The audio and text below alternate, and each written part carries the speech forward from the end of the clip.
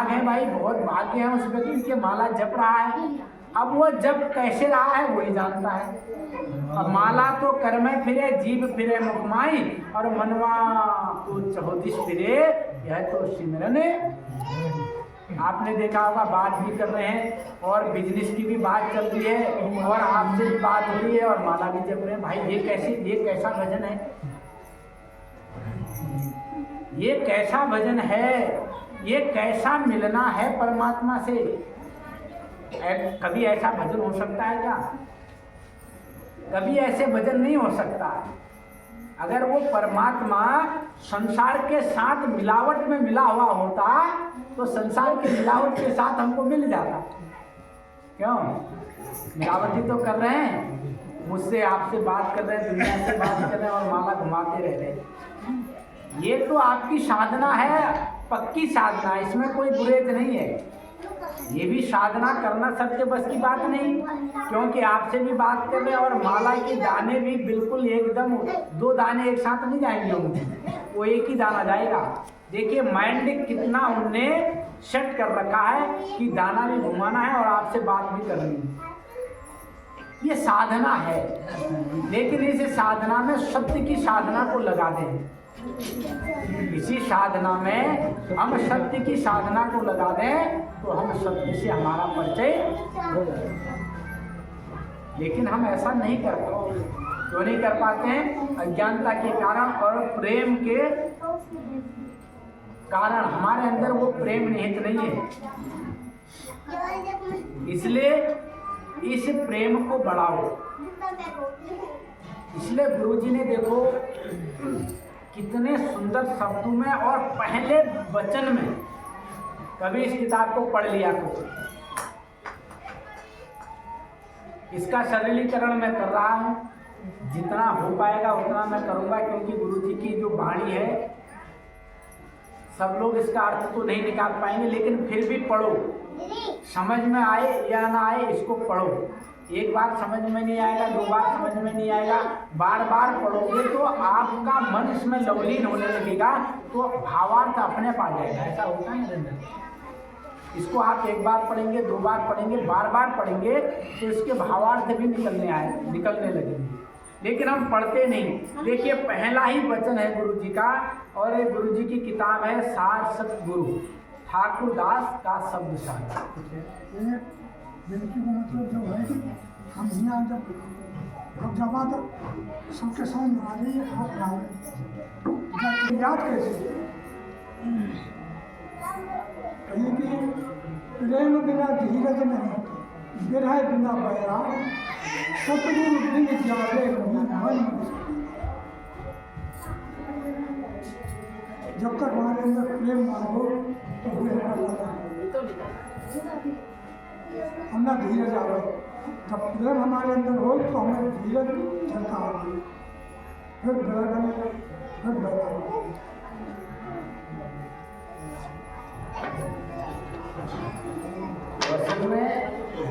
देव दयाल के वचन की महिमा लिखता, सत्संगी भाइयों के सेवा में वचन पहला। ये गुरुजी विनती कर रहे हैं कि मैं आप लोगों को सेवा में वचन अपना पहला लिख रहा हूँ। क्या लिख रहे हैं? नर नारी सभी सुनो प्रेम भाव का सार, यही रातन पाए के मत विषयो।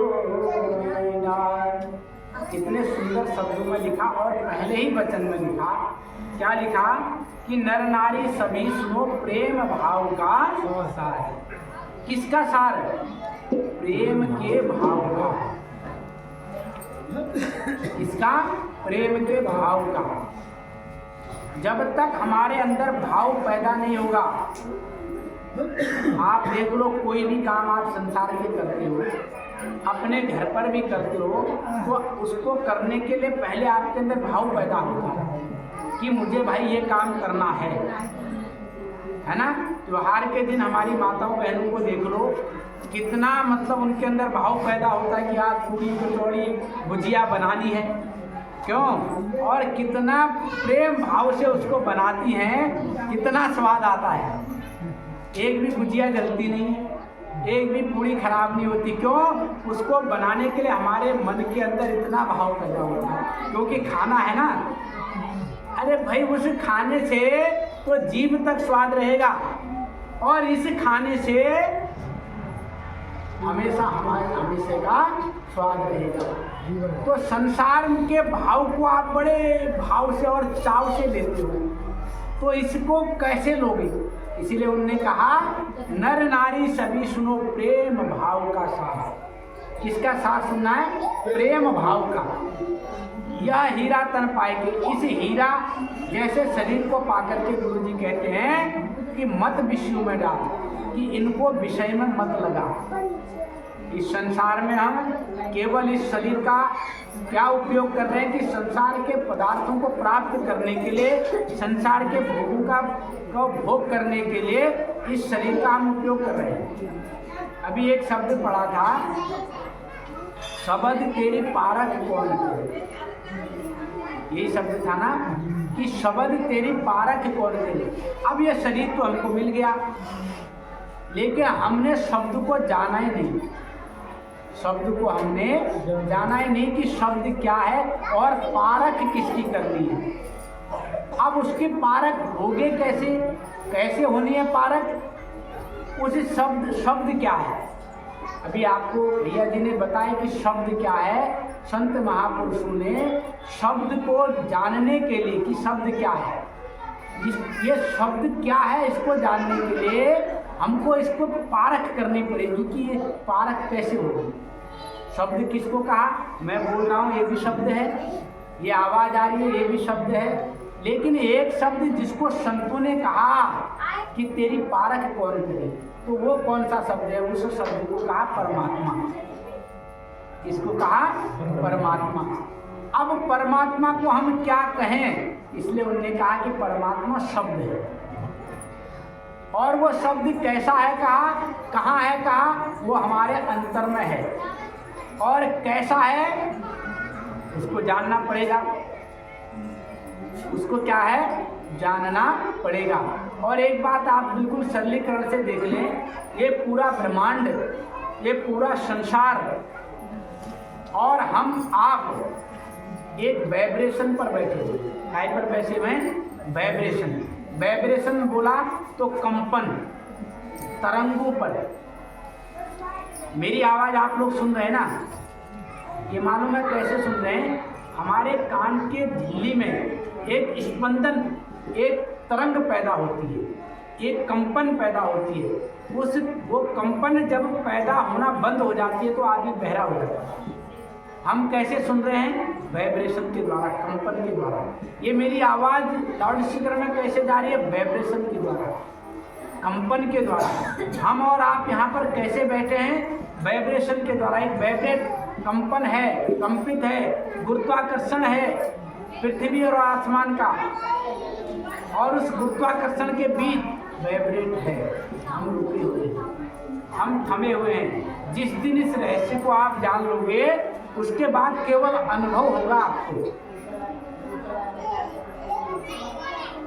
और जब तक ऐसा अनुभव जीवन में नहीं आएगा कि हाँ कोई एक परा तत्व है, जिस परा तत्व को जाने बिना हम सार शब्द की पारख नहीं कर सकते। इसलिए संतों ने कहा शब्द तेरी पारख कौन करी, शब्द तेरी पारख कौन करी। तो कैसे पारख होगी?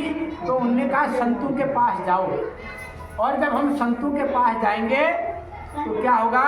हमको काम, क्रोध, लोभ, मोह, अहंकार की होली जलानी पड़ेगी। जब उसकी होली जलाने में हम सफल हो जाएंगे, हमारे अंदर प्रेम का भाव जिस दिन पैदा होने लगेगा, वो वाइब्रेट हमारे अंदर पैदा होने लगेगा। क्यों? और जब तक ऐसा नहीं होगा तब तक हम कुछ भी हासिल नहीं कर सकते। ये काया एक घड़ा है, घड़ा में डूबी हुई है। तो इसलिए इन बातों को समझिए। भल्ला में पनिहारी डूबी। भाई डूब सकती है क्या? एक जो पनिहारन है वो किसी चीज में पानी लाए हुए उसमें डूब जाए ऐसा हो सकता है क्या? लेकिन हम डूब गए हैं उसी में।